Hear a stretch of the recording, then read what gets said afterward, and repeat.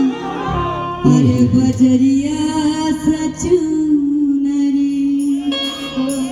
कि नात तरसा दे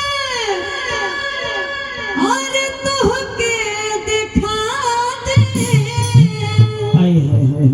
और सजरिया पे अंगूरी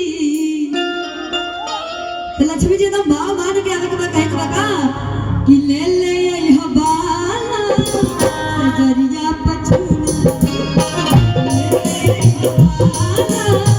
बजरिया सचुना ले ले यही बाला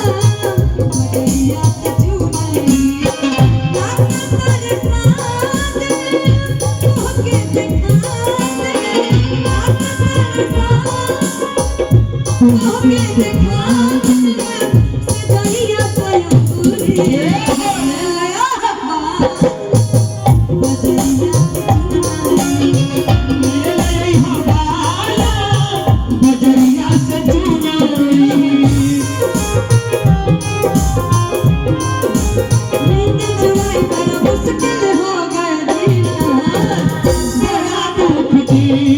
तेरे लखन ने